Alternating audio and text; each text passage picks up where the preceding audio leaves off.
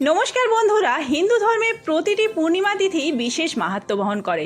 আর মাঘ মাসের এই পূর্ণিমা তিথিকে বলা হয় মাঘী পূর্ণিমা। সামনে আসতে চলেছে মাঘী পূর্ণিমা। তবে আপনারা এই মাঘী পূর্ণিমা ব্রত কবে পালন করবেন, কোন দিন পূর্ণিমার পুজো করবেন তা নিয়ে অনেকের মনেই প্রশ্ন রয়েছে। তাই আজকের ভিডিওতে আমরা জেনে নেব যে মাঘী পূর্ণিমা তিথি কবে পালন করবেন, 1 ফেব্রুয়ারি নাকি 2 ফেব্রুয়ারি।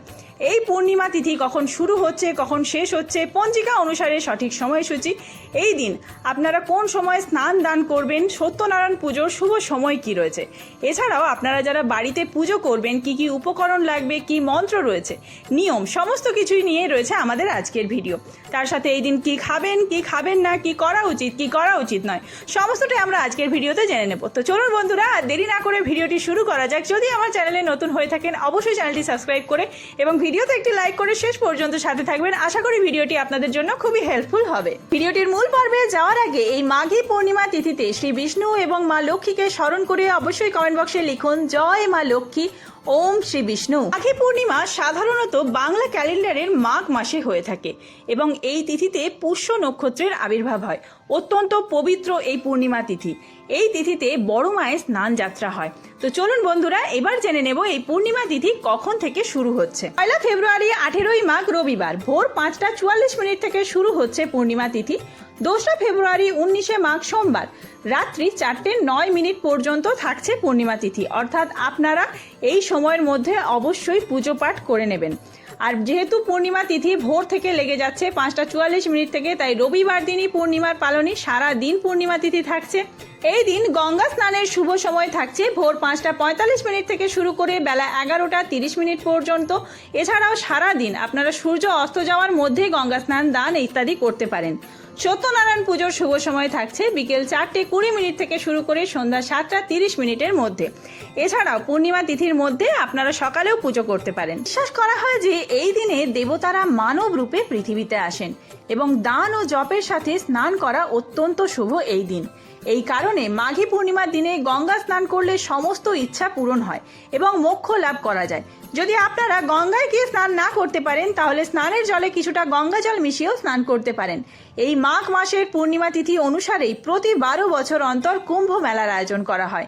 এটি উত্তর ভারতে একটি অত্যন্ত শুভ দিন হিসেবে বিবেচিত হয়। শীতকাল হওয়া সত্ত্বেও এই পবিত্র তিথিতে হাজার হাজার ভক্ত হরিদ্বার, প্রয়াগরাজের মতন স্থানে গঙ্গায় পুণ্য স্নান করে থাকেন, কারণ বিশ্বাস করা হয় পবিত্র গঙ্গা জলে স্নান করলে সমস্ত পাপ খণ্ডন হয়। এবার চলুন জেনে নেওয়া যাক এই মাঘী পূর্ণিমা তিথিতে আপনারা বাড়িতে কিভাবে পুজো করবেন। তার জন্য আপনাদের যে সামান্য উপকরণ লাগবে সেগুলি কি কি। লক্ষ্মীনারায়ণের ছবি বা মূর্তি, ঘট, আম্রপল্লব, চন্দন, ধূপ, দীপ, ফুল, তুলসী পাতা। তুলসী পাতা কিন্তু শুধুমাত্র নারায়ণের জন্য, লক্ষ্মী মায়ের জন্য লাগবে বেলপাতা, মিষ্টি, ফল আর পঞ্চামৃত। পুজোর পদ্ধতি কি রয়েছে, অর্থাৎ কি নিয়ম মেনে আপনারা পুজো করবেন। বাড়িতে পুজোর স্থানে অর্থাৎ আপনাদের যেখানে ঠাকুর ঘর রয়েছে সেখানে আগে থেকে পরিষ্কার করে নেবেন, স্নান টান করে সকাল সকাল উঠে স্নান করে সমস্ত বাড়িঘর পরিষ্কার করে ঠাকুর ঘর পরিষ্কার করে নিয়ে তারপরে একটি চৌকিতে হলুদ বা লাল কাপড় বিছিয়ে দেবেন। সেইখানেই বসাতে হবে লক্ষ্মী ও নারায়ণের মূর্তি। বাম দিকে আপনারা গণেশকেও রাখতে পারেন। প্রথমে গণেশ পূজা করতে হবে, তারপরেই লক্ষ্মী এবং সব শেষে নারায়ণের পুজো করা হয়। অর্থাৎ আপনারা প্রথমে কিন্তু গণেশ ঠাকুরকে অবশ্যই পুজো করবেন একটি ফুল আর একটি বেলপাতা দিয়ে। ওং গাং গণেশায় নমঃ এই মন্ত্র উচ্চারণ করে গণেশ বাবার পায়ে ফুল অর্পণ করবেন। যেহেতু মাঘী পূর্ণিমায় সূর্যদেবকেও পুজো করা হয়, তাই সূর্যদেবের উদ্দেশ্যে 1 ঘটি জল অর্পণ করবেন এবং ওং সূর্যদেবায় নমঃ এই মন্ত্র উচ্চারণ করবেন আর ধূপ দীপ দেখাবেন। নারায়ণের উদ্দেশ্যে তুলসী পাতা এবং লক্ষ্মীর উদ্দেশ্যে লাল ফুল নিবেদন করতে পারেন। তুলসী পাতার সাথে নারায়ণের জন্য অবশ্যই গাঁদা ফুল, হলুদ রঙের গাঁদা ফুল নারায়ণের পায়ে নিবেদন করবেন এবং সেক্ষেত্রে আপনাদেরকে কিন্তু চন্দন সহযোগে সেটি নিবেদন করতে হবে।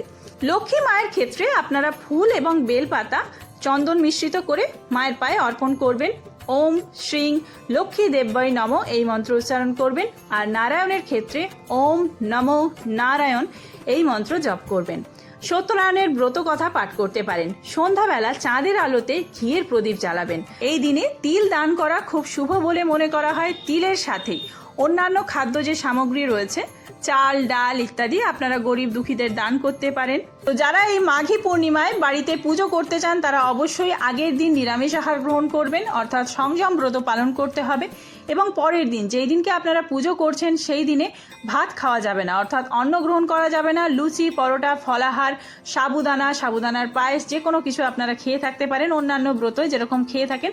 আর ভগবানের উদ্দেশ্যে যে সমস্ত ভোগ প্রসাদ অর্পণ করছেন সেই সমস্ত কিছু গ্রহণ করতে পারবেন। তো বন্ধুরা, আজকের ভিডিওটি এই পর্যন্তই। খুব তাড়াতাড়ি নতুন কোনো ভিডিও নিয়ে আসি। সেই সমস্ত ভিডিও দেখার জন্য অবশ্যই চ্যানেলটি সাবস্ক্রাইব করে সাথে থাকবেন। আর কোনো কিছু জানার থাকলে সেটি কমেন্ট করতে পারেন, আমি খুব তাড়াতাড়ি সেই প্রশ্নের উত্তর দেবো। সবাই সুস্থ থাকবেন, ভালো থাকবেন, ধন্যবাদ।